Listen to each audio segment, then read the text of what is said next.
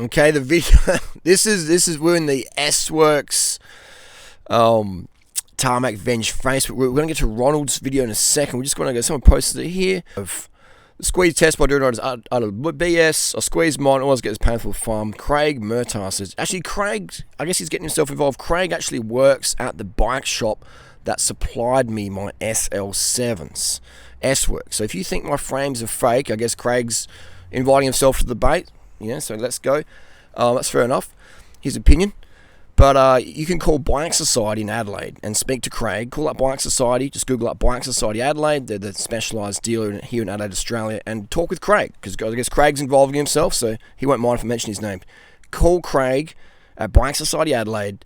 Because Craig says everything that he says is bullshit. All for clicks and likes. The problem is that people believe his nonsense. Blah, blah, blah, blah. So Craig's saying what I'm saying is bullshit, even though they supplied me the bikes. Alright, so let's go on here. Now Craig's liked this video.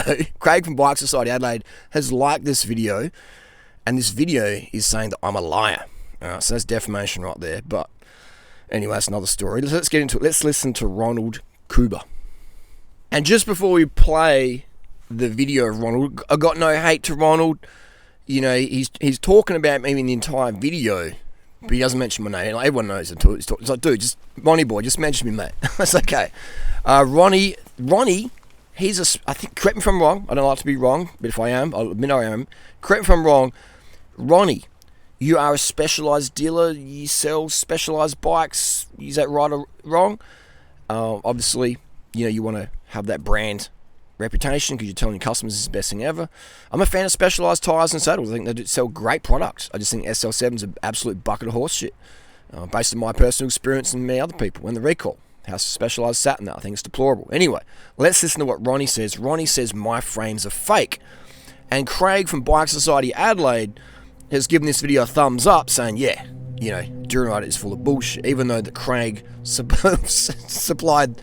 the shop that supplied me my SL7. So interesting. Now let's listen to Ronnie. And no hate to Ronnie. He's quite actually a fast rider. He's a very fast rider, but he is lacking some hand strength, I think, maybe. So let me just get to the bike itself. Now, an unnamed gentleman was trying to prove... Just mention who you're talking about, Ronnie. Everyone knows who you're talking about, mate. It's okay. It's okay. You can mention Daddy Durianrider. How shit these bikes are by squeezing the dam tube and saying how soft it is, and he could break it by his hands. I feel like I could break it with my hands. Like, if the challenge was there, I feel like I could do it. You know, maybe we'll do that. Who knows? I didn't actually see that. I just heard people talking about it. So let me put it this way: this is a high-end carbon fiber frame. There's only. I disagree, Ronnie. It's high price tag, in my opinion, based on my experience as an owner of the SL7. I wouldn't call it high end. I would call it low end, 10th page, cheap ass Alibaba Express quality. That's what I'd call it. Material where there needs to be in order to support the riding stresses and loads placed on it during riding. So material placed elsewhere is just dead weight. Dead weight? Yeah, really. And it detriments from the performance, obviously. The very nature of composites and why they're used in applications where lightweight and complex shapes are important is the fact that composite materials are anisotropic. That means they have... All this wank talk, dude. This SL7, my SL7 is the biggest flexy piece of junk I've ever ridden from tarmac. Different properties in different directions, unlike metal tubes, for example. So this fine gentleman has been squeezing a frame in this area, and obviously the frame he has is fake, because... There we go. He says hang on.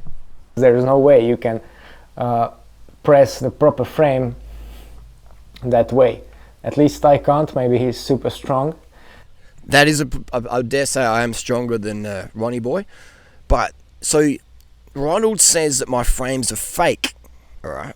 That's his opinion, but he should say, in my opinion, I think Harley's frames are fake. He's saying my frames are fake, like that's a fact. That's defamation, but that's fine, that's just Ronnie boy. But the sad thing is, the local dealer, sales staff there, Craig Murtaugh, he's agreed with it, he's liked the video. and he says Harley's full of shit. So Ronnie Boy's saying that my frames are fake. The local specialised employee from Bike Society Adelaide has given me a thumbs up and said that I'm full of bullshit. I would say you got to call Bike Society Adelaide and say, hey, Craig, the frames that Harley has in his videos, are they fake or are they real? All right? So you can just go straight to the shop. Call Craig and ask him. So again, he's getting himself involved. He's leaving public comments, so it's not me.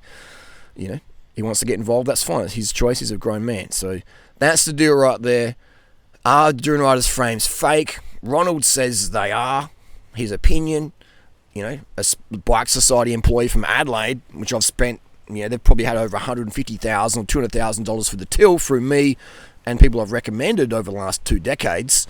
One of their employees says I'm full of bullshit. So call up Craig, Bike Society Adelaide, and ask him direct. Are durianrider's frames fake, to repeat myself for the 20th time, and we'll go from there. Anyway, that's the deal. This is creating some incredible discussion. Incredible discussion indeed. But read all the comments in these threads. Read the comments. This is incredible social narrative. It's really, really interesting. I find it all very interesting. People will have a personal vendetta against myself and call me a liar and say I'm full of bullshit, even though they work at the store that supplied me my SL7s. How's that for customer service? You know what I mean?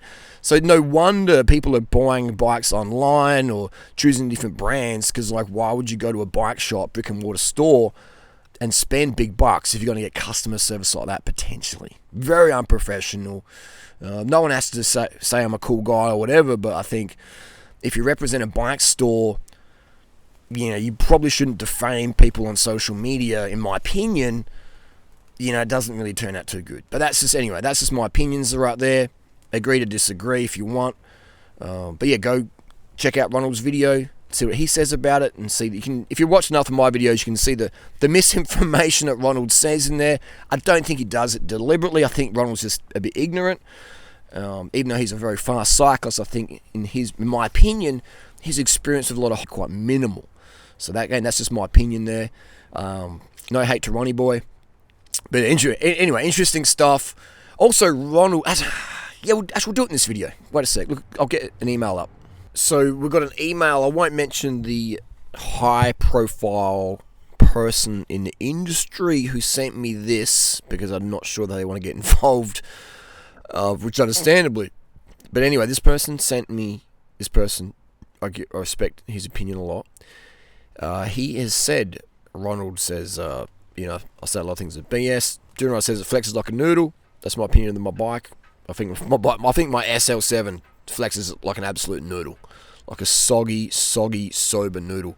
Those noodles you find on the bottom of the Chinese buffet floor after everyone stepped on it.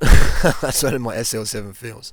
Anyway, here we go. So Bernie Sanders says he was just proven right, but the SL7 being recalled, and Ronald says there's no such recall in existence. So Ronald is denied. This is before the recall was public. I was leaked the recall by someone who shall remain unnamed.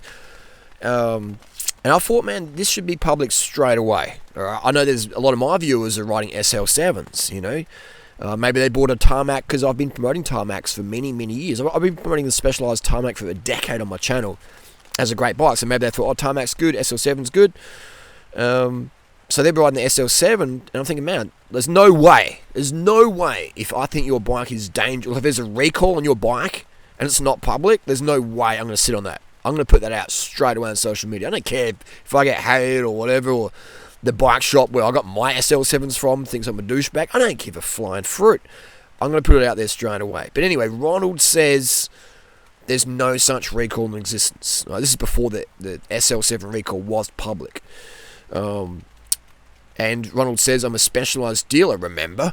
Also, please explain how cable ring can be dangerous. Well, my hydro cables are very, very cut into by the compression ring, and the bike's on less than 100 Ks. Right? So what's going to happen after 5,000 Ks? If the fork doesn't fail on that, in my opinion, based on the damage already done by this compression ring, which in my opinion is unsafe, these brakes, in my opinion, are going to fail on my SL7. So And I think that you should tape up your hydro lines. If you're riding an SL7, you should tape them up to prevent it from getting chopped into, potentially. So Ronald, he's called me a liar on a few things. We won't hold our breath for Ronald to make an apology. I don't think he's the sort of guy who makes apologies, even though he's clearly wrong. I am that person. I think it's a great way to live life, is if you do make mistakes, which we all do because we're all human. If you do make a mistake, make the public apology, man. All right? Make the public apology. I accept it. So we all make mistakes. But when it comes to people's personal safety, I think these topics need to be discussed. All right? This isn't like a recall on a specialised body geometry saddle where the gel hangs out and it's flopping on your scrotum and gives you nutsack a red rash. We're talking steerer tube failure. All right? We're talking steerer tubes that can potentially fail and cause catastrophic injury and or death. That stuff shouldn't be sat on. Specialised. Anyone else who knew about this recall or didn't make it public, shame on you. Shame on you. If it was your family member who was injured or, come on, man. We got to treat people how we want to be treated. It's okay to make mistakes, man, but hiding them at people's safety, that's just wrong, in my opinion. Anyway, that's the video. No hate to Ronnie boy, etc. Just sharing comments and criticisms as always over here. My intention is to educate my viewers. I'm not here to do flash stuff or whatever. I'm here to educate people, whether I get hate or not. I don't care as much as I'm here to help, here to educate. I want everyone to have a great cycling experience. In my opinion, as an owner of the S-Works SL7, it is the biggest piece of crap junk I've ever ridden that has the tarmac label on it. It doesn't deserve the tarmac sticker that's on the seat tube. It doesn't deserve that. In my opinion, it's called a tarmac because that's potentially what you could taste if you ride one long enough. Anyway, that's the deal, and I hope no one has any injuries in the SL7. I hope everyone's safe. All right. This should never have been sold to the public, in my opinion. It should have never passed Q. Who designed this thing, man? Denk? Did Denk design this thing? I don't think so. I don't know. Anyway, that's the my opinions on this bike. This is crazy times.